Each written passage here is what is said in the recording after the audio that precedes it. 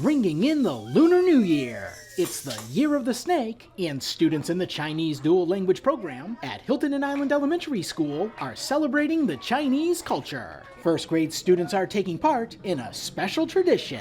Chinese lion dance means good luck in the Chinese culture. We put on lion costumes and dance around the room for good luck. After performing the lion dance, the students all receive lucky money envelopes, a gift traditionally given to children on New Year's.